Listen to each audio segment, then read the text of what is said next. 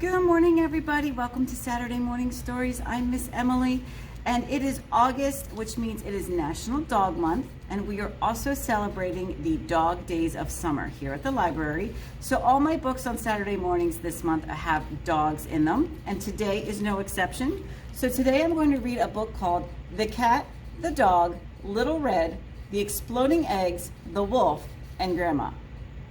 Oh, that sounds kind of complicated, but let's see how it goes. So this is The Cat, the Dog, Little Red, The Exploding Eggs, The Wolf, and Grandma by Diane and Christian Fox.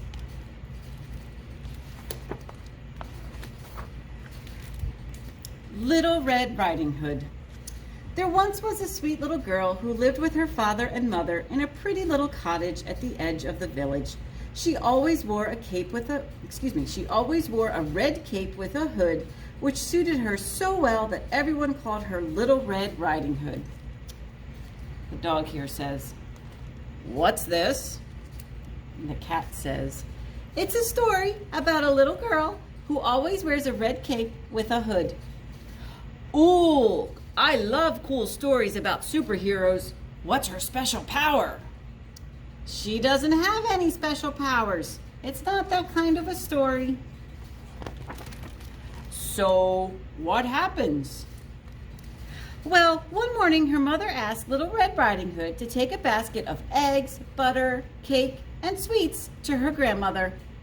"So kindness is the special power. Does she hypnotize bad guys into being nice? And what kind of candy?"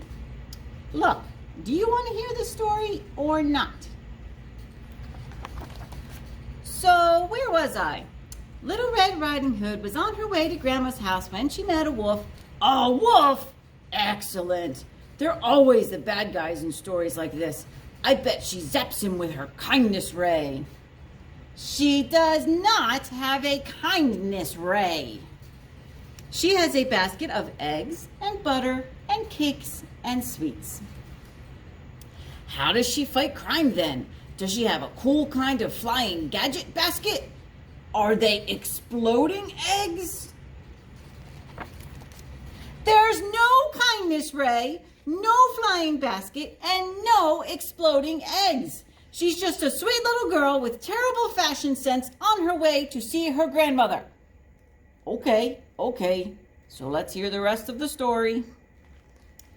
Well, the wolf asked Little Red Riding Hood where she was going, and she said, "Grandma's house."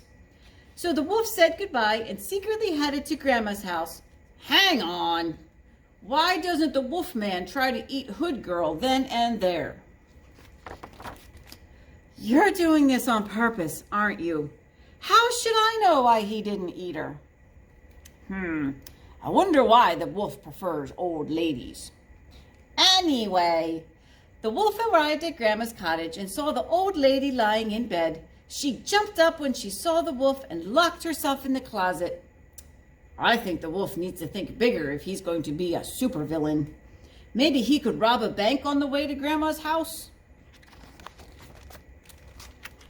Are you listening at all? Yes. Okay. So Grandma leapt up out of bed and locked herself in the closet to be safe. Then the wolf put on some of Grandma's clothes and climbed into the bed, waiting for Little Red Riding Hood to arrive. Hang on. So now you're saying he does want to eat her? Yes. Anyway, this is my favorite part. She arrives and says, "What big eyes you have, Grandma." And the wolf replies, "All the better to see you with."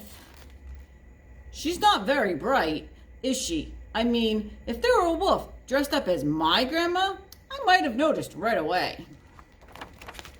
Little Red Riding Hood said, "What a big nose you have, Grandma." And the wolf replied, "All the better to smell you with, my dear."